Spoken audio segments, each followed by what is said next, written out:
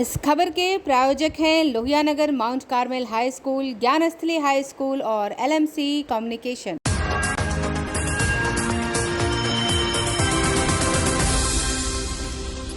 नमस्कार, मैं हूं दिव्या और आप देख रहे हैं आंखें न्यूज 24। आइए सबसे पहले नजर डालते हैं आज के मुख्य समाचारों पर। मुख्यमंत्री का ऐलान, अब से हर शनिवार को बिहार के स्कूलों में नो बैग डे होगा। बच्चों को नहीं पढ़ाने वाले शिक्षक नपेंगे। चुनावी रणनीतिकार प्रशांत किशोर ने कहा, बिहार में आज भी जंगल राज। लालू के राज में पहले अपराधी पिस्तौल से लूटते थे लोगों को, अब नीतीश के राज में अधिकारी कलम से लूट रहे हैं जनता को। गोपालगंज मोकामा उपचुनाव के बाद कुंडी विधानसभा उपचुनाव को लेकर संग्राम लगातार जारी। महागठबंधन और एनडीए के नेता जीत के अलग अलग कर रहे हैं दावे। कांग्रेस विधायक प्रतिमा कुमार ने जीतन मांझी से किया सवाल, क्या हम प्रमुख जीतन मांझी पीते हैं शराब? और गिरफ्तार हो सकती है भोजपुरी एक्ट्रेस अक्षरा सिंह, पुलिस ने घर पर हाजिर होने का नोटिस चिपकाया। अब खबरें विस्तार से।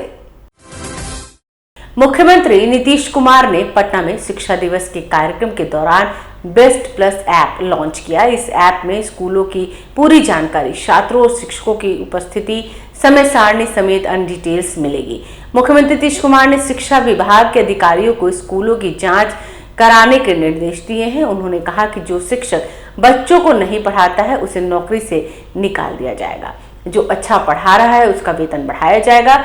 पटना के श्री कृष्ण मेमोरियल हॉल में अब्दुल कलाम आजाद जयंती पर आयोजित शिक्षा दिवस के कार्यक्रम के दौरान मुख्यमंत्री ने बातें कही। बिहार की स्कूली शिक्षा व्यवस्था को बेहतर बनाने के लिए मुख्यमंत्री नीतीश कुमार ने कुछ नियमों में बदलाव किया है। अब से हर शनिवार को स्कूल में नो बैग डे होगा। इसके तहत पहली से 8वीं तक के बच्चे अब शनिवार को बैग लेकर स्कूल नहीं जाएंगे। उनका एक्स्ट्रा करिकुलर एक्टिविटी में ध्यान लगाया जाएगा।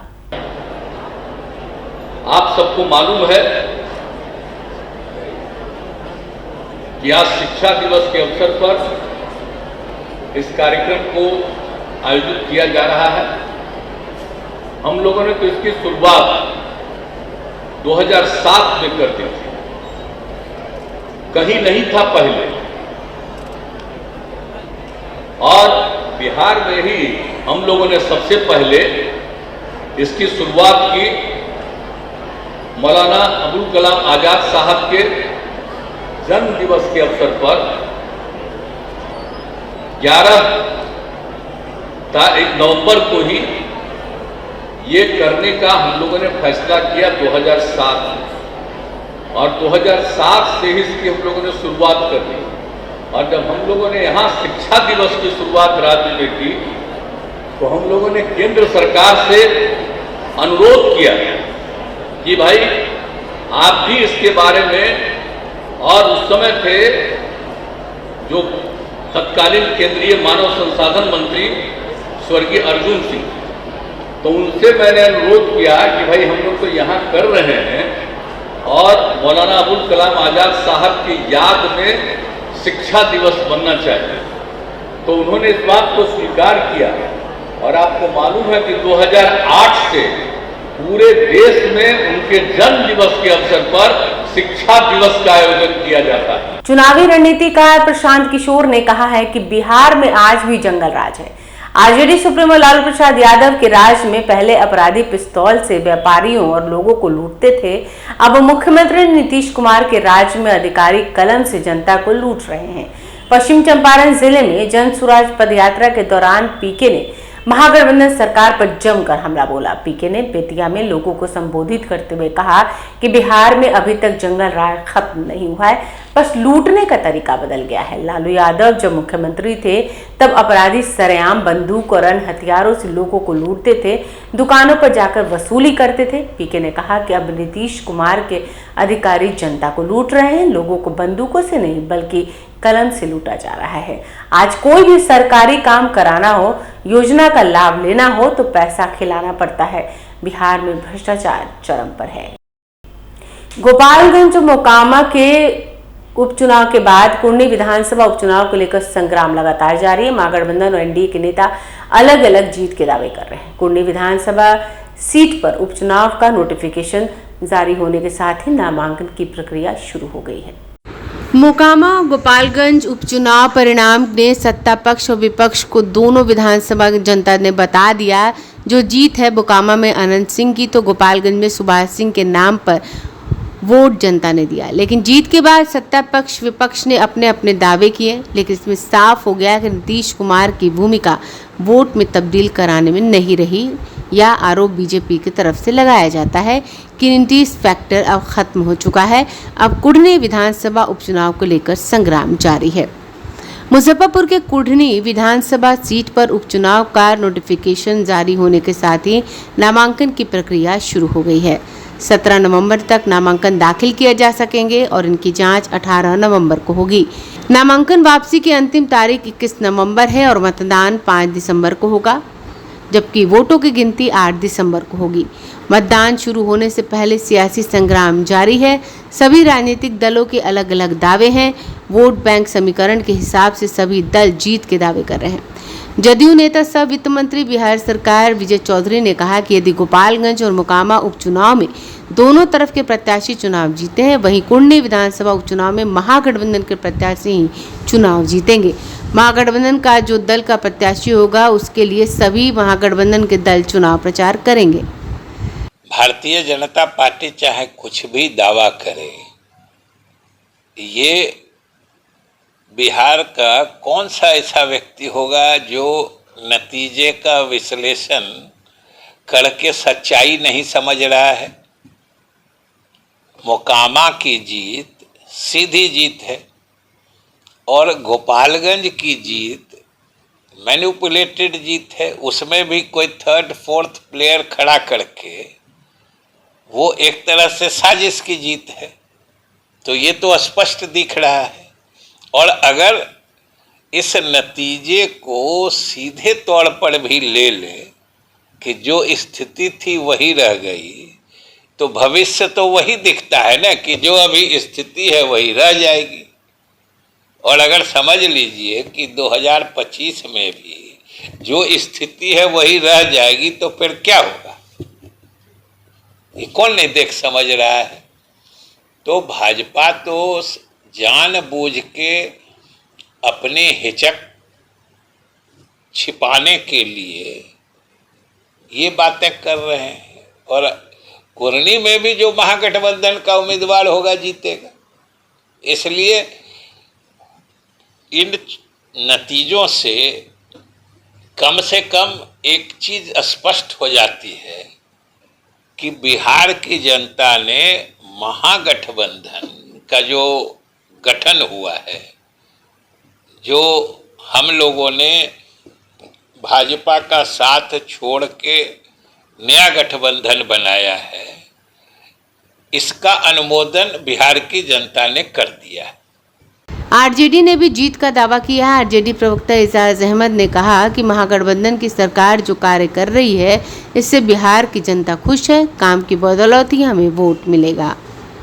वही कार्य किए जा रहे हैं, उसके प्रति आम जनों का विश्वास और मजबूत हुआ है। और साथ ही साथ माननीय मुख्यमंत्री श्री नीतीश कुमार जी और माननीय उप मुख्यमंत्री श्री तेजस्वी प्रसाद यादव के नेतृत्व में महागठबंधन सरकार ने जिस तरह से युवाओं को रोजगार देना शुरू किया है, जिस तरह से जन सरकार के मुद्दे पर काम करना शुरू किया है और जिस तरह से हर क्षेत्रों में समेकित विकास किया जा रहा है, उसके प्रति आम जन महागठबंधन के प्रति आकर्षित है। और आने वाले समय में महागठबंधन के प्रति विश्वास और समर्थन और मजबूत होगा। कुढ़नी विधानसभा उपचुनाव में पूरी मजबूती के साथ महागठबंधन चुनाव लड़ेगी और भारतीय जनता पार्टी को जिस तरह से बिहार से सत्ता से बेदखल किया गया है, आने वाले समय में केंद्र से भी सत्ता से बेदखल करने के अभियान में हम सफल होंगे। जो बिहार से राजनीतिक संदेश जाता है वो राष्ट्रीय स्तर तक पहुंचता है। वहीं भाजपा नेता नवल किशोर यादव ने कहा कि मोकामा विधानसभा उपचुनाव भारतीय जनता पार्टी अपनी गलती से चुनाव हार गई थी। मोकामा तो गलती से भारतीय जनता पार्टी हार गई थी। हम लोग क्योंकि कभी चुनाव नहीं लड़े थे, कुरहनी हम लोग जीतेंगे और भारतीय जनता पार्टी के वोट बढ़े हैं। क्योंकि नीतीश कुमार जो दावेदारी करते थे कि हमारे साथ वोट है, वो आरजेडी के साथ मतदान करने के लिए तैयार नहीं है और मतदान नहीं कर रहा है। इसीलिए मोकामा में भी उनके प्रतिशत गिरे थे और गोपालगंज में भी चुनाव हारे हैं। दोनों के प्रतिशत दोनों पार्टियों को, और तो 7 पार्टियों का, लेकिन पहले 2 पार्टियों का प्रतिशत मिला दें तो वोट का प्रतिशत बहुत बढ़ जाता है। और वोट नहीं पड़ना, कम वोट पड़ना, इसका मतलब कि नीतीश कुमार का वोट हमारे साथ रह गया और जो माइनॉरिटी का वोट था आरजेडी के साथ, वह भी इनसे अब विक्षुब्ध होकर अलग रास्ता तलाश रहा। समाचारों में वक्त हो चला एक छोटे से अंतराल का। I am Shalini Singh, principal of Luhianagar Mount Carmel School. Here in our school, we give best education and good environment to our students, where they can learn well. We provide here well-equipped lab, well-equipped, well-stocked library. We have here well-trained teacher also. We have a sports playground for cricket, volleyball, football, and also provision for indoor activities. So we have here security system, information and communication technology. So we have all facilities here in our school where students feel comfortable and secure.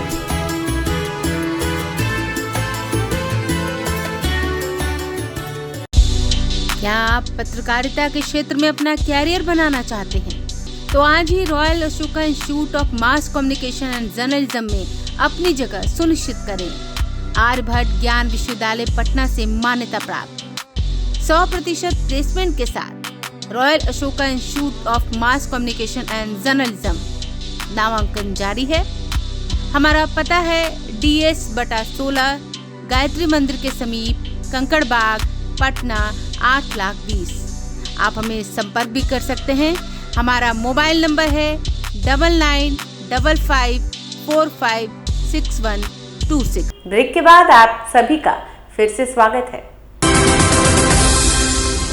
Bihar में इन दिनों शराब और शराबबंदी कानून की चर्चा खूब हो रही है। कभी विपक्ष तो कभी सत्ता पक्ष के लोग ही शराब और शराबबंदी कानून पर सवाल खड़े करते हुए देर नहीं लगा रहे। इस बीच कांग्रेस विधायक प्रतिमा कुमारी ने जीतन राम मांझी से सवाल किया है कि क्या हम प्रमुख जीतन राम मांझी भी पीते हैं शराब। उन्होंने कहा कि जीतन राम मांझी कब क्या बोलते हैं किसी को पता नहीं। इतना ही नहीं, कांग्रेस विधायक प्रतिमा कुमारी ने कहा कि मांझी जी शराब को लेकर जो बयान देते हैं, इससे गरीबों पर प्रभाव पड़ता है। उनके बयान से पीने वाले गरीब झांसे में आ जाते हैं। बताते चले कि पूर्व मुख्यमंत्री जीतन राम मांझी की राष्ट्रीय कार्यकारिणी की बैठक दिल्ली में हुई थी। उस बैठक में जीतन राम मांझी ने वकालत की कि सरकार गरीबों को 1 पौवा शराब पीने की छूट दे। 250 ग्राम पिया हुआ या 100 ग्राम पिया और उनको जेल नहीं भेजना चाहिए, ऐसे सरकार समीक्षा करके बनाई है।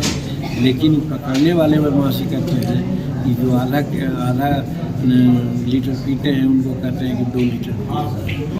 देखिए, मांझी जी क्या बोलते हैं नहीं बोलते हैं। कभी तो कहते हैं कि 1 पौवा दारू पीना चाहिए, इसकी छूट मिलनी चाहिए। मैं आपके चैनल के माध्यम से पूछना चाहती हूँ, मैं भी दलित समाज से आती हूँ, दलित के लीडर हैं और उनके बात का असर पड़ता है गरीबों पे। वो पीते हैं 1 पौवा दारू रोज। रही बात तेजस्वी जी की, तो माननीय तेजस्वी जी और माननीय लालू जी के साथ कांग्रेस पार्टी हमेशा से मजबूती के साथ खड़ी है। तो अब कौन क्या कहता है नहीं कहता, इससे हम लोग को कोई फ़र्क नहीं पड़ता है। हम लोग तेजस्वी जी के साथ पहले भी थे और आज भी हैं। मशहूर भोजपुरी एक्ट्रेस अक्षरा सिंह के पटना के कंकड़बाग स्थित आवास पर पुलिस ने एक नोटिस चिपका दिया। नोटिस में उन्हें कोर्ट में हाजिर होने के लिए कहा गया है। अगर वह हाजिर नहीं होती है तो पुलिस उन्हें गिरफ्तार भी कर सकती है। पोस्टर वैशाली पुलिस ने चिपकाया है। यह मामला पिछले साल का है, जब अक्षरा सिंह मुन्ना शुक्ला के घर कार्यक्रम में शिरकत करने गई थी और वहां फायरिंग का वीडियो वायरल हुआ। मीडिया रिपोर्ट्स के मुताबिक नवंबर 2021 में बाहुबली मुन्ना शुक्ला के भतीजे के उपनयन संस्कार में अक्षरा सिंह को प्रोग्राम के लिए बुलाया गया था। अक्षरा सिंह के कार्यक्रम में सरेआम फायरिंग की गई। इसका वीडियो भी काफी तेजी से वायरल हुआ। इसके बाद पुलिस ने मुन्ना शुक्ला के साथ उनकी पत्नी और एक्ट्रेस अक्षरा सिंह और उनके बॉडीगार्ड के खिलाफ मुकदमा दर्ज किया था। बताया जा रहा है कि इस केस में मुन्ना शुक्ला समेत अन्य आरोपियों ने तो कोर्ट से जमानत ले ली थी, मगर अक्षरा सिंह ने बेल नहीं ली। इस कारण पुलिस ने अब उनके घर पर नोटिस चिपकाया है। बताया जा रहा है कि अक्षरा सिंह अगर कोर्ट में हाजिर नहीं होती है तो फिर आगे की कार्रवाई की जाएगी, उनकी गिरफ्तारी या कुर्की हो सकती है। अक्षरा सिंह अभी मुंबई में है, जरूरत पड़ी तो एक टीम वहां भेजी जाएगी। फिलहाल अक्षरा की मुश्किलें बढ़ती हुई नजर आ रही हैं।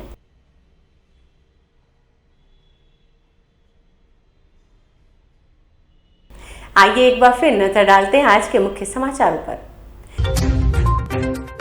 मुख्यमंत्री का ऐलान, अब से हर शनिवार को बिहार के स्कूलों में नो बैग डे होगा।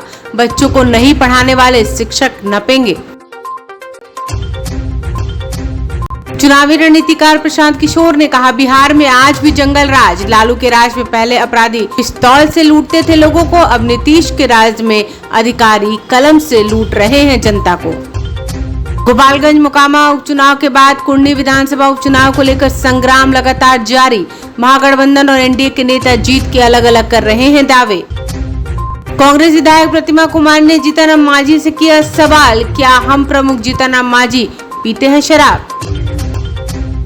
और गिरफ्तार हो सकती है भोजपुरी एक्ट्रेस अक्षरा सिंह, पुलिस ने घर पर हाजिर होने का नोटिस चिपकाया। अगर आपने अभी तक हमारे चैनल को सब्सक्राइब नहीं किया है तो हमारे चैनल को जल्द से जल्द सब्सक्राइब करें, लाइक करें, शेयर करें और कमेंट करें। बाकी खबरों के लिए देखते रहिए आंखें न्यूज़ 24, नजर हर खबर पर।